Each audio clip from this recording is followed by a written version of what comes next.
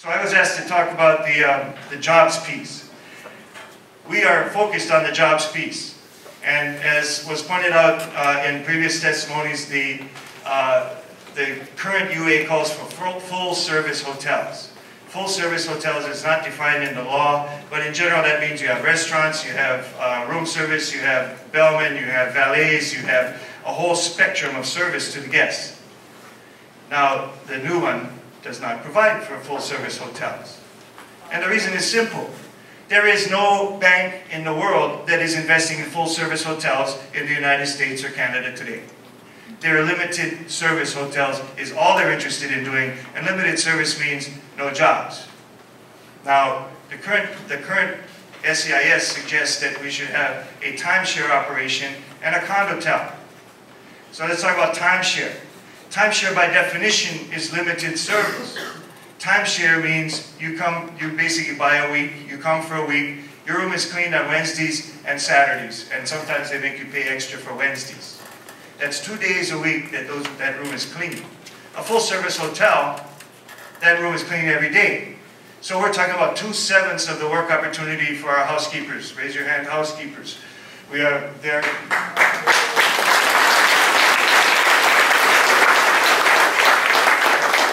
And in fact, after a week of having 10 kids in that unit and trucking sand in and out and rubbish and everything else, you can imagine how difficult it is to clean. And in fact, we've devoted a lot of effort trying to avoid them being able to work our housekeepers to death. It's a very high rate of injury for housekeeping. It's higher than professional football. We have to make sure our members can make it to retirement age, and so we concentrate a lot of effort on this. Timeshare in every environment where there is no union to negotiate it, and even if the union isn't strong enough to negotiate it, the housekeepers are taking injuries every day. But more to the point, where's the jobs? They're offering a timeshare instead of a full-service hotel, which means 2/7 of the work for housekeeping. Now, if you look at other parts of the hotel, it's bags up and down once a week, not every day, because people check in on Saturdays, and therefore you have work for bellmen on Saturdays, bringing the bags up and down. You have work for a front desk clerk on Saturdays, bringing the bags up and down. Is somebody going to be able to work on a one-day-a-week job? Is that a good job? Is this a job we should promote and have as part of our employment resources here or anywhere else? So timeshares is, by definition, limited service, and what that means is limited jobs. And so the number of jobs that they project is wildly inaccurate, which we will point out to them in great detail when and if they actually move their SEIS forward. Condotels. Condotels are good for developers, they're bad for everybody else. They're good for developers because they can pre-sell the units, basically get somebody else to pay in advance for those units, and that's what they do. So they pre-sell those units, and the developer basically gets their cash flow up front before they even build the project, and they basically then create this building with a whole bunch of units, each one owned by a different individual. Sometimes investors buy blocks of them and try to make timeshare entities and so on. What that means is any one of those units can be taken out of the hotel. Any one of those units they can move in, or they can find somebody else to clean the room, take it out of the hotel inventory, have their nephew come in and clean it, or not. They can provide a job or not, and in fact that is the case at the current Turtle Bay. We have 55 units at the Ocean Villas on the Cove side, and 22 of them, I think, are now being cleaned by our members at Turtle Bay, which means the majority of those units are being cleaned by somebody who knows under what conditions, and nobody can tell us. Now, here's another implication of condotels. Anybody who's out of the rental pool can undermine the room rate. And this is what's happening in Ilikai right now as we speak. I'm bargaining Ilikai. We're down to 200 rooms in the rental pool in a building that has 1,200 rooms in it. And all the owners that aren't into rental pool, that aren't selling their room nights through the hotel, are undermining the room rate. So if the hotel wants to sell a room at 120, the neighbors who aren't in the rental pool come in at $100. That goes there on everybody on Expedia looking for the rate. Boom, all that goes there. Now what happens? That guest checks in, There's no front desk for that guest. There's no maintenance department. The toilet gets broke. They call down the front desk. Our members tell them, well, who do you want us to call? They think they're getting a hotel, but they're not. Now, how are we going to maintain return guests to keep our hotels healthy if that's the kind of experience that they get? And basically, a condotel invites that.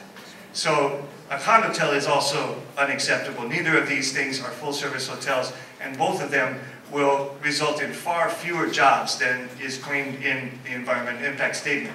We are putting a study to that, and we will have that discussion with the developer when and if that happens.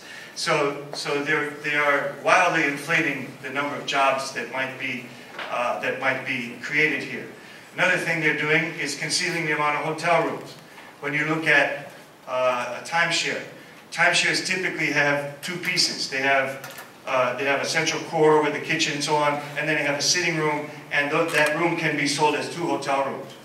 So they're fudging that in the environmental impact statement that they've developed, and they're calling it, well, we only have so many rooms. Well, is that 1 room or 2 rooms that you're counting? Because what they call the 2-room suite is a bay.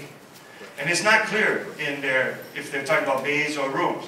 So the number of rooms in that timeshare piece could be double what they claim it is. Now, thirdly, they don't even follow the EIS in the development plan later. And there's nothing in there that says that they can't change it or do something else to it, come out with something else and decide to make both of them timeshare or whatever they want to do. So in order to defend any agreement that they make, we can't just write it into the SEIS. The SEIS is an advisory document to the City Council. The City Council is the one who can give or take away the permits. So no matter what happens at the state legislature, which I'll return to in a second, no matter what happens in the SEIS, it's up to the City Council to say to the developer, that's not good enough or that's good enough. So no matter what else we do, we've got to be able to count to 5 votes in the 9-member City Council.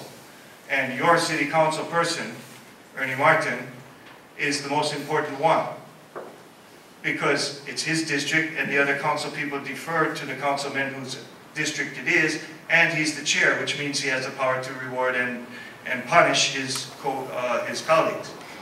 And it's not clear where Ernie stands on this question yet. He hasn't said clearly where he stands on this one. So we shouldn't get distracted. I think we have to do what we did today down at the legislature. We have to do other things as well, but it has to lead back to 5 votes on council to say this is what's going to happen going forward and not anything else. So we have a lot of concerns to do it. My urge to all of you, and I can tell you today down at council, I'll lead into this with what happened today. Today down at council, some of the construction trades unions, led by the laborers, there were others there, turned out a couple hundred of their members. And that's not hard for them to do, because if the laborers union has 50 people sitting on a bench waiting for work that day and there's no work, they just pull up a bus and load them in. So they can turn out 200 people to the legislature or to the council. They can do that. And it's not easy for us. My members are all working. How do they get down to the council at 10? So they can flash those numbers. But what happened, and I went around yesterday to the Senate and dropped off 2 things. One was a letter outlining the concerns of my members, because the company put a hard squeeze on our members last week, and again, just recently, right? The company had an all associates meeting where they basically lied to my members and said they'd all be out of work if this bill goes through and the state is going to take over the hotel, and all that was not true. But we pointed that out to the senators and basically told the senators, if we as people, Hawaii's people, don't vote together, Tim votes for one, I vote for the other, we just cancel each other out. All of our numbers mean nothing if we allow ourselves to be split and divided. So I'm making a plea to everyone here. It's time for us to get serious about building real ground organization. And we can't do it alone. Local 5, we are happy to be the base. We're happy to devote resources, the staff that we put in and the money we put in to help Defend Oahu get organized in the first place. You know, I had 2 people working full-time over the entire Christmas holiday generating this. We are prepared to file a lawsuit. It's going to be tremendously expensive, and we're going to need help on that. We're going to need help on endangered species. What do I know about endangered species? We're going to need expert witnesses. We're going to need all that stuff if we're going to proceed on this lawsuit. We have to have better organization. And we are here today, and I'm glad to see so many people, and it's absolutely within our ability to do this. It's absolutely within our...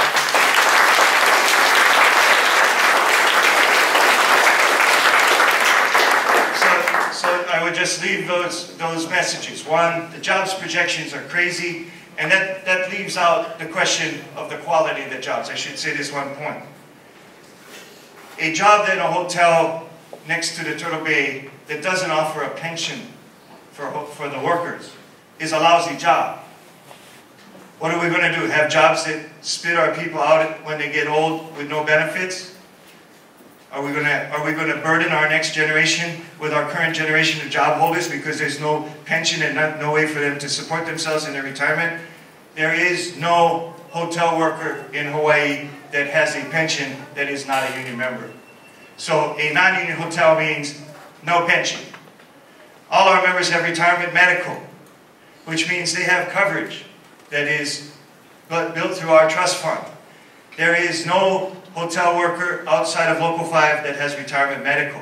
Think of what that means 20 years down the road if we allow hotels to develop and put up so-called good jobs, and the good jobs leave people at retirement with nothing.